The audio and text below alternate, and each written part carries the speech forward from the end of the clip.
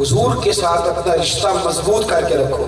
کبھی پیار آئے ہمیں، کبھی محبت آئے، کبھی بلا وجہ ہی ہم جا کے نا مسجد میں جھاڑو دینے لگے. کوئی ہم سے پوچھے آج خیر ہے تو کہ بس یار دل کر رہا ہے، سنا ہے کہ مسجد میرے نبی کو بڑی پیاری ہے. یار بلا وجہ جا کے کسی سید کے ہاتھ چوم لو، بلا وجہ بغیر سبب کے جا کے کسی شاہ جی کو 100 کا نوٹ تھماؤ، کہ کیا ہوا؟ تو کہ بس حضور کی اولاد سے پیار ہو گیا. کوئی عالم مصلی پہ نماز پڑھا کے نکلے تو خوشبو کی شیشی تھماؤ تو وہ کیا بات ہے، کس لیے آپ تحفہ لائے؟ تو اسے کہو اس لیے لایا ہوں کہ تو میرے نبی کے منبر پہ بیٹھتا ہے، تو میرے رسول کے مصلی پہ کھڑا ہوتا. یار کچھ ذوق ہو ہمارے اندر، کچھ توانائی ہو، کچھ ایسا کریں جس سے پتہ چلے. دیکھو نا طبقات ابن سعد میں حضرت عبداللہ ابن عباس رضی اللہ تعالیٰ عنہ ارشاد فرماتے میں نا گھر میں تھا تو میرے والد گرامی حضرت عباس حضور کے چچا، وہ ہم سب کو بٹھا کے نا تو نبی پاک کے تذکرے سنا رہے. کون؟ والد، باپ سنا رہے. ہم بھی اپنے بچوں کو باتیں سناتے ہیں پر اپنے حق میں قائل کر دیکھیں، بیٹا میں نے بڑی محنت کی، تمہارے لیے بڑی مزدوری کی. یاد رکھو وہ بڑے کمزور لوگ ہوتے ہیں جو کسی کو اپنے حق میں قائل کریں. یہ تو عزت مانگنے والی بات ہوئی، تو ہاتھ پھیلانے والی بات ہوئی. اپنے حق میں بچوں کو قائل کرو گے نہیں ہوں گے، انہیں مصطفیٰ کریم کے حق میں قائل کرو. اگر محبوب کے غلام ہو گئے تو ماں باپ کے فرما بردار بھی ہو گئے. رسول کریم صلی اللہ علیہ وسلم کے چچا حضرت عباس اپنی اولاد کو بٹھا کے گھر میں حضور کا ذکر سنا رہے ہیں. پھر بات سنو میری، نبی پاک کا ذکر سنا رہے ہیں. آپ جمعے میں حدیثیں سن کے جاتے ہیں نا علماء سے، محفلوں میں سنتے ہیں نا، تو بچوں کو بٹھاؤ نا گھر میں، انہیں سناؤ، ان سے بات کرو. نبی کریم علیہ السلام کہ چچا اپنی اولاد کو بٹھا کے حضور کا تذکرہ سنا رہے، نبی پاک کی باتیں. فرماتے مجھے کیا پتا تھا کہ دروازے پہ کھڑے ہو کے میرے نبی بھی میری باتیں سن رہے ہیں، حضور بھی گفتگو سن رہے ہیں.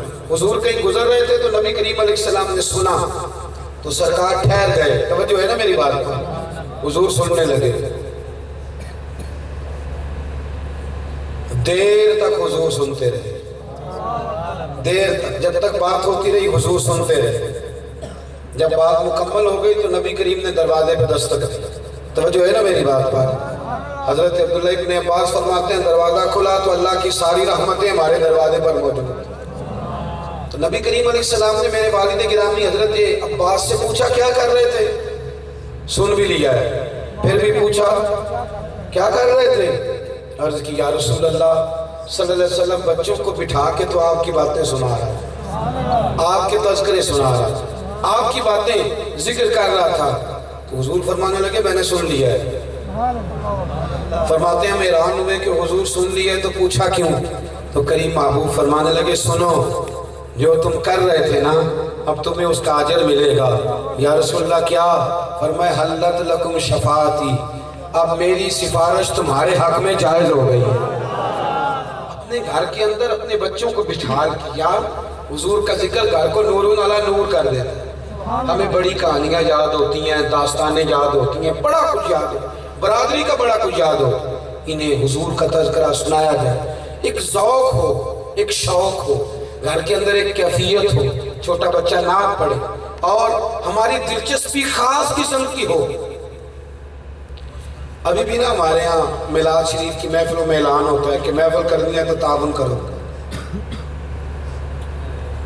جب میرے بیٹے کی شادی ہوتی ہے تو میں اعلان کرتا ہوں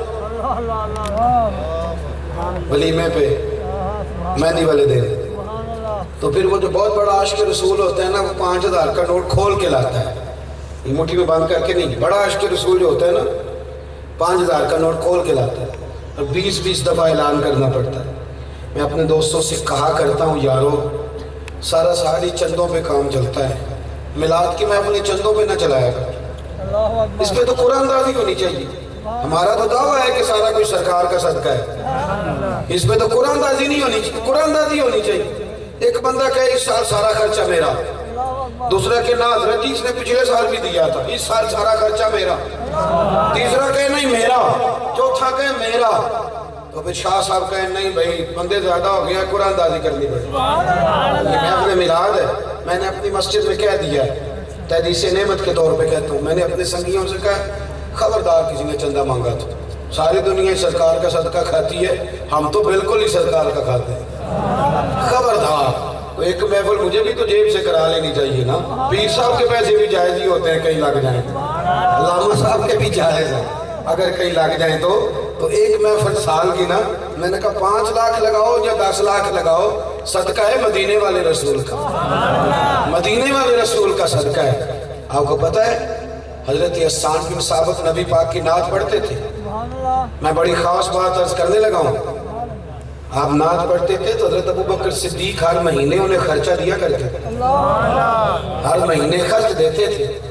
تو لوگ کہتے ہیں آپ کیوں پہنچتے ہیں, اور گھر جا کے دروازے پہ دستک دے کے آپ کیوں پہنچتے ہیں؟ فرماتی اس لیے کہ یہ میرے محبوب کی حمد و ثنا کرتا ہے, تعریف و توصیف کرتا ہے رسول کریم. ہر مہینے اپنے اندر وہ خاص ذوق. میں ملتان سے آگے ایک شہر میں گیا, 1 سال کی 3 فیکٹریاں ہیں.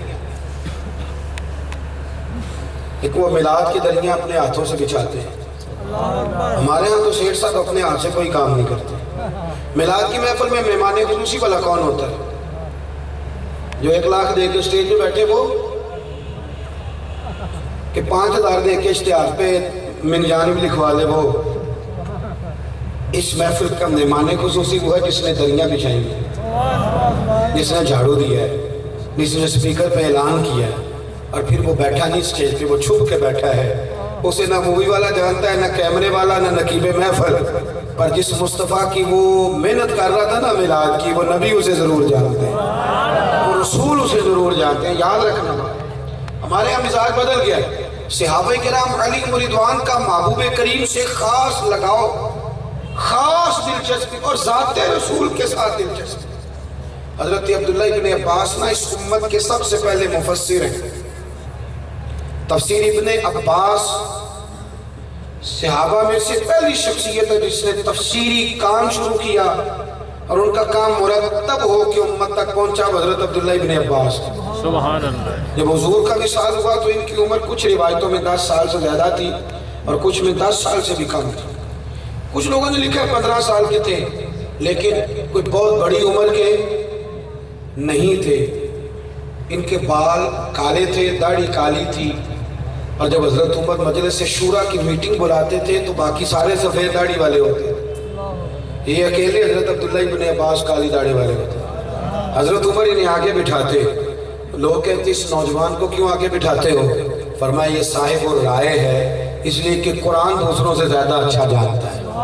تفسیر قرآن پر خاص نظر تھی, خاص نظر تھی. ناسخ اور منسوخ کا خاص علم رکھتے, بلکہ حضرت عائشہ صدیقہ کا فرمان ایک جگہ پر ملتا ہے کہ جس نے ناسخ اور منسوخ کی بات دیکھنی ہو حضرت عبداللہ ابن عباس سے پوچھے, اور جس نے فتویٰ لینا ہو حضرت عبداللہ ابن عمر سے پوچھے. حضرت